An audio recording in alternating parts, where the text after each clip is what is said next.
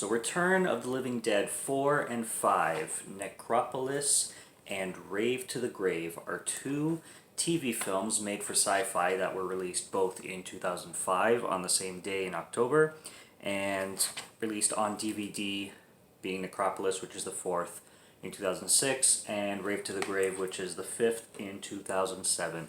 Both directed by the same guy, Ellory Elkayem, if I'm saying that correctly. Ellory Elkayem directed both of them, and they are schlocky, cheesy, good fun, in my opinion. They're known to be absolutely horrendous, and I can see why a lot of people would think they are. That's because they are. But they are better than I thought they would be. I was expecting pretty much garbage. I was just hoping to be entertained enough, and I definitely was entertained quite a bit with them. But yeah, they have their differences in their moods.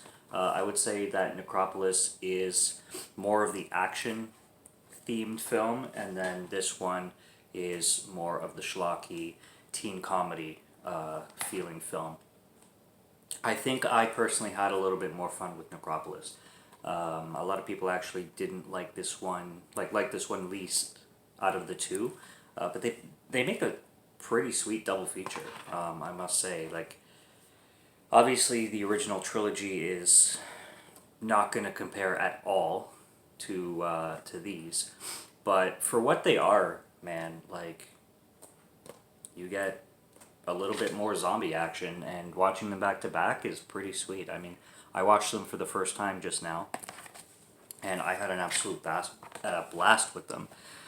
So Necropolis basically somewhat takes a similar story to the third film, where you have this company called Hybridtech, and they are trying to create super soldiers using human testing and turning them into zombies, but super soldier zombies, kind of what was going on with the third film. And at Hybridtech, you have this technician named Charles, who is the uncle of the main character Julian. And Julian lives with his uncle because his parents died in a strange accident, and he has a group of friends who he likes dirt biking with a lot, and they have their whole dirt biking crew. And one of the kids, one of the friends, has a bike accident and goes to the hospital and is pronounced dead at the scene. Well, with a little bit of research through the company of Hybridtech, where this girl and one of their friends works at as well, named Katie, they discover that Zeke was taken there, and looks like he is put on the experimentation list. So basically the film is these kids going to Hybridtech and tracking Zeke down, as well as fighting a horde of zombies once they get there. It's fun. It's, like I said, it's action-packed. For what it is, it's not, like, it's the one that takes itself more seriously, especially comparing to Rave to the Grave, which doesn't take itself seriously whatsoever. Not to say that this one plays itself completely straight, but, you know.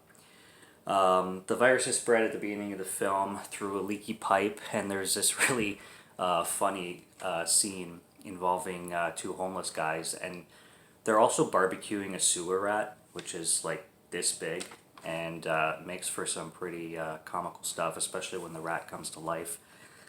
And yeah, there's some quirky scenes in the film. There's one that involves this hot chick trying to distract a security guard. If you see the film, you know what I'm talking about. It's the most ridiculous scene of distraction I've ever seen, because this chick looks straight out of a porn shoot, and she just happens to be at Hybridtech, and the security guard just falls completely for it, even though she looks so out of place. It's not even funny. But both movies have the same actors in it, actually. All the actors... Rave to the Grave has some different ones, but a lot of the actors that were in this one return with the same names. And it feels like the same universe with telling different stories, kind of thing. This one really doesn't feel like a sequel, even though you could kind of take it as one. I don't really see it as a sequel as much as a story in the same universe kind of thing, which is kind of like what Return of the Dead and Return of the Dead Part 2 did, especially since it brought back characters from the first film and the second film as well. Kind of has that same mood to it, where it feels like it's in the same world, but doesn't really feel like a sequel per se.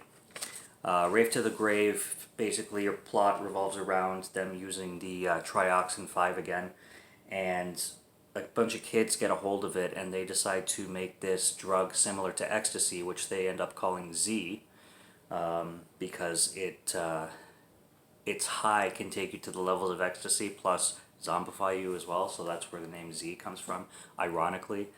And one of the guys named Jeremy is planning a rave to the grave on Halloween night, and as soon as everybody starts taking this drug, that's how the Trioxin 5 ends up spreading that story. So you get a lot of hilarity. I love the rave scene. I love how it was all trance, and me being a trance head, and trance being my favorite style of electronic music. I love how the whole rave was just trance all the way through. That was unexpected, but the soundtrack in the film, soundtracks in both films, mostly it's like they actually advertise the music in it a lot. Like you got Godsmack, you got Alice Cooper, you got that kind of soundtrack going on. But of course at the rave you got electronic music because, you know, it's Rave to the Grave, man. But it's a lot of fun. Yeah, I mean, it's schlocky, it's cheesy, the acting is absolutely horrible. The dialogue is absolutely ridiculous. But the characters are fun, and like I said, they play the same characters in both films, most of them do anyway, and they're entertaining. The main character is actually kind of annoying, with his voice just irritates the shit out of me. But there's a girl named Becky in both of them. She's more in Necropolis because she actually ends up turning pretty quickly in this one. But she's pretty cute, and she's pretty cute to look at. And yeah, she's pretty hot. I'm just gonna leave it at that. But yeah, the characters are just they're what they are, really. There's no memorable characters. It's just a blast of zombie action. Pretty much every zombie attack takes place where they bite the back of somebody's head, and it's always the same.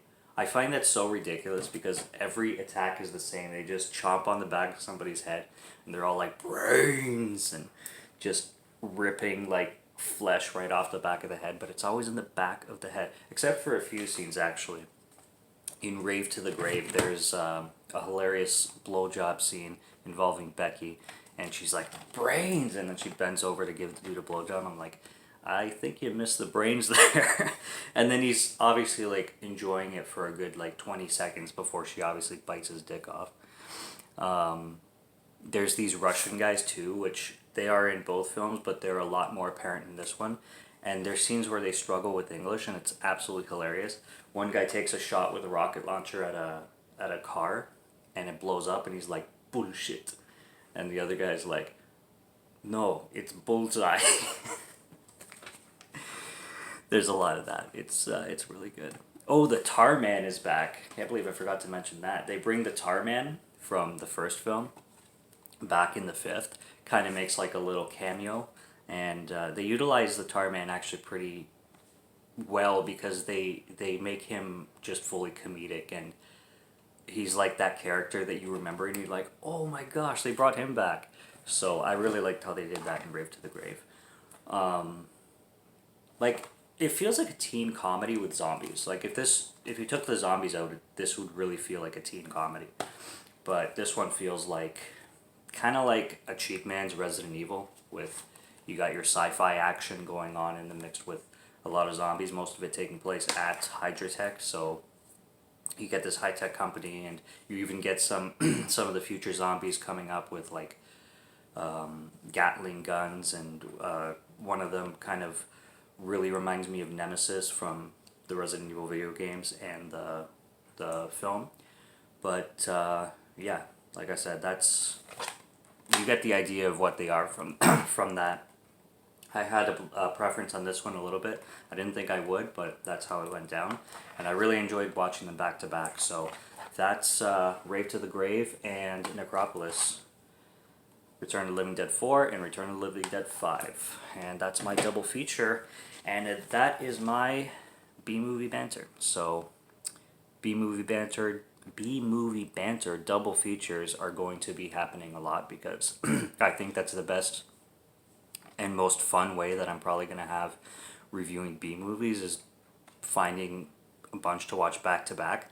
So I'm probably going to be doing it that way. But anyways, until next time, love talking about films. Subscribe to Morgan Film Fan if you like hearing me talk about films, and I will be back with more reviews real soon. Cheers.